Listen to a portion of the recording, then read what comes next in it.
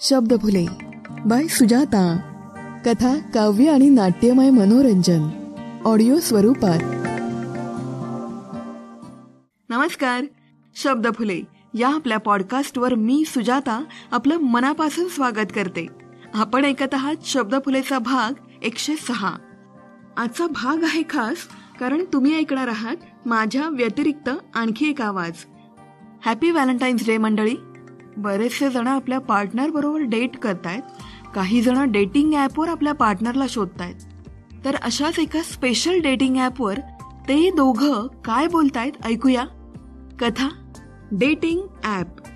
लेखन नचिकेत क्षीरे. आवाज नचिकेत क्षीरे आणि सुजाता.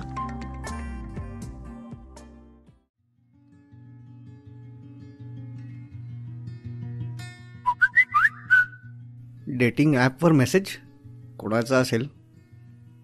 ओ शिट, पल्लवी नायरचा रिप्लाय. हाय. हाय. ओळखलंस का? हो, ओळखलं ना. नाही, 4दा मेसेज केले, नो रिप्लाय. सो मला वाटलं की ओळखलं नाहीस. ओळखलं, पण आय वॉज नॉट शुअर. काय आहे ना की शाळेत कधी तू खूप बोलल्याचं आठवत नाही मला, आणि नंतर तर काही कॉन्टॅक्टच नव्हता. हो, ॲक्च्युली तेव्हा खूप शाय होतो. म्हणजे आता नाही राहिला का? हां, कळलंच तुला. बाय द वे, कुठे होतीस शाळेनंतर? काय केलंस? College, job? मी फर्ग्युसन कॉलेजमधून 12वी केलं, मग COEP मधून इंजिनिअरिंग, आणि मग US गेले, तिकडे MS केलं, आणि मग एका गेमिंग कंपनीमध्ये लहान मुलांसाठी कम्प्युटर गेम्स बनवत होते. What about you? Me NDA, मग IMA आणि इंडियन आर्मी. 6 वर्ष होतो तिथे, मेजर होतो. हो, तुझ्याकडून हे अपेक्षित नव्हतं. Is it? मग तुला काय वाटलं? काय केलं असेल मी? काही नाही, जाऊ दे. अगं सांग ना. नंतर सांगेन कधी. Okay, as you wish. बरं मला सांग, तुला कोणी बॉयफ्रेंड, लग्न? क्यों गडे मुर्दे उखाड रहे हो? तसं नाही ग, आत्ताच बोलतोय रे मी. अरे, जर असता तर डेटिंग साईटवर भेटलो असतो का आपण? हो, खरंच आहे की. बाय द वे, तू सिंगल कसा? युनिफॉर्मवर तर मरतात पोरी. तुझ्यासारखी सुंदर मुलगी नव्हती भेटली ना. ओ मिस्टर फ्लटिंग, एक तर तू माझा फोटो नीट बघितला नाहीयेस, किंवा तू खूप डेस्पो झालायस. नाहीतर मला सुंदर म्हटलं नसतंस. का? काय झालं तुला? मी बघितलाय तुझा फोटो, नीट आहेस तू सुंदर. अरे, मी जेव्हा पावडर लावायची ना, तेव्हा माझी बहीण मला चिडवायची. अख्खा डबा जरी लावलास ना तरी म्हशीपेक्षा पण गोरी नाही होणार आहेस तू.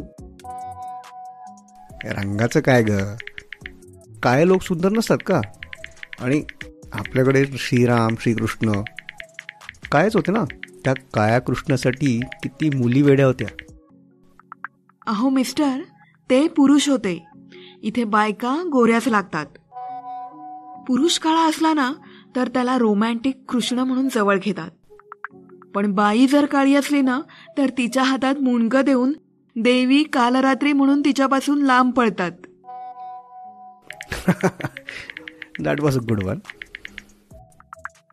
तुझे फोटो छान आहेत. तुझा मुलगा त्याच्या आईवर गेलाय. खूप क्यूट आहे रे. ए, तो माझ्यावर गेलाय, पण तुझी मुलगी अगदी तुझ्यासारखी दिसते.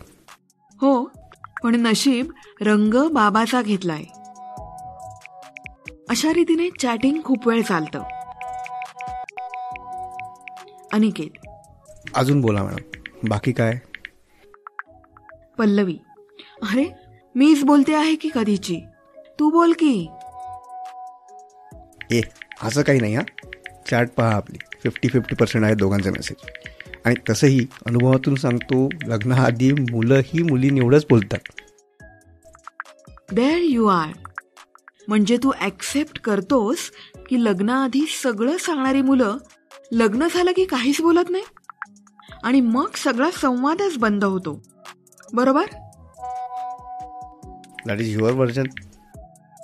मग तुझं वर्जन काय आहे?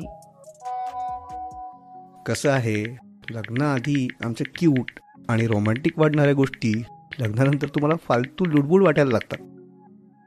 लग्नाआधी मन मोकळेपणाने काही सांगितलं की तुम्हाला आवडतं. लग्नानंतर ते तुम्हाला सेल्फ पिटी वाटायला लागतं. आणि मग अशी आमची मुस्कटदाबी होते. मुस्कटदाबी म्हणे. पल्लवी कुत्सितपणे हसते. बरं चल, तुझी टेस्ट घेणार आहे मी. बघू तू किती रोमॅन्टिक आहेस. बरं, ब्रिंग इट ऑन. समजा तू खूप मोठा ऑफिसर आहेस आणि आपलं लग्न झालंय. खूप मोठ्या सरकारी बंगल्यात आपण राहतोय. तर कर्नल साहेब आपल्या बायकोचा वाढदिवस कशा पद्धतीने साजरा करतील? बापरे, खूप पुढचा विचार चालू झाला आहे मॅडम. हे गप, सांग चुपचाप. असं आहे मॅडम, मी कर्नल असेल ना तर तू म्हणशील तर तुझ्या बर्थडेला पूर्ण आर्मी बँड लावेल मी. फेल झालास तू. सरप्राईज नावाची काही गोष्ट असते की नाही? मी म्हटलं तर करशील. अगं चुकून म्हटलं तसं मी करीलच. तसं सरप्राईज देईल तुला. आणि मला कोण विचारणार मला काय आवडतं? मला नाही आवडत असलं काही. मला ना शांतता आवडते. हे असं आपल्या मनाने वागणार आहेस का तू? असा डॉमिनेटिंग स्वभाव नाही आवडत मला. असाही फेल तू. दोघंही जोरात हसतात. सो पल्लवी, भेटायचं मग? थोडा पॉज घेऊन पल्लवी, तुला काय वाटतंय? थोडं गिल्ट वाटतं आहे. बायकोला फसवतो आहे असं वाटतंय. मला पण. कधी गेला होतास लास्ट घरी? श्राद्धाला गेलो होतो. बायको मुलगा दोघांनाही गर्व आहे शहीद मेजर अनिकेत देशपांडेवर. म्हणून आलो इकडे हॅपीली. तू कधी गेली होतीस? मी मुलीच्या बर्थडेला. मोठी झाली आहे रे आता. टीनेजमध्ये आली आहे ना. बाबाला समजावत होती दुसरं लग्न करून टाक, किती दिवस एकटा राहणार म्हणून. मग वरूनच परत चालती झाले मी. अनिकेत, चल झोपू आता. खूप उशीर झालाय रे. Good night. Good night.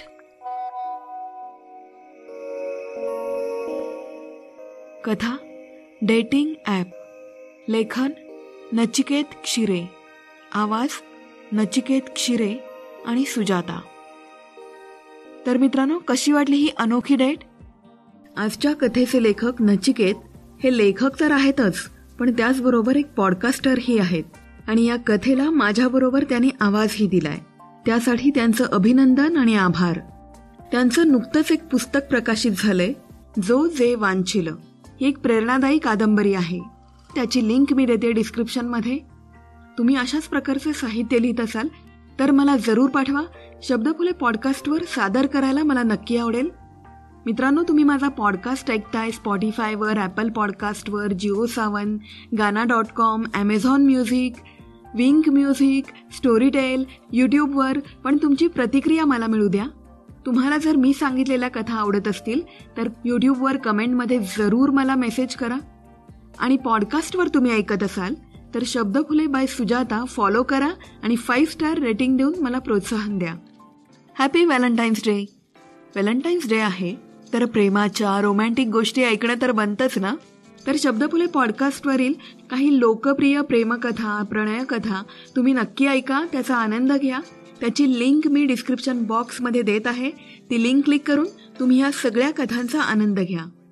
गावरान भाषेत जर व्हॅलेंटाईन डेची एक कथा ऐकायची असेल तर ऐका शब्दफुलेचा भाग 62, कथा वेलांटी डे. त्याचप्रकारे शब्दफुलेचा भाग 47, आभासी प्रेम, ही आजच्या जमान्यातील व्हर्च्युअल प्रेमावर आधारित कथा आहे. तसंच शब्दफुलेचा भाग 54, सवारलू, आणि एपिसोड नंबर 34, त्या दुपारी पाऊस होता, ही आहे गूढकथा, पण यात प्रेमाचा फॅक्टर आहे. तर जरूर ऐका. या कथांचे लेखक आहेत अभिषेकी. ह्या कथा लोकप्रिय आहेत. तुम्ही जर ऐकल्या नसतील तर या कथांचा जरूर आनंद घ्या.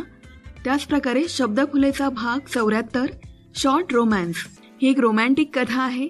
लग्नाला 1 वर्ष होऊनही दोघांमध्ये असलेला दुरावा त्यांच्या वेडिंग अॅनिव्हर्सरीला दूर होतो की नाही जाणून घेण्यासाठी ऐका शब्दफुलेचा भाग 45, वेडिंग अॅनिव्हर्सरी.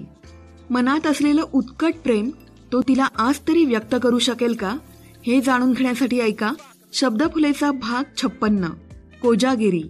त्याचप्रकारे भाग 50, पाऊस आणि ती. या कथा अनेक लोकांना आवडल्यात. या कथांचं लेखन केलंय कनिष्क हिवरेकर यांनी.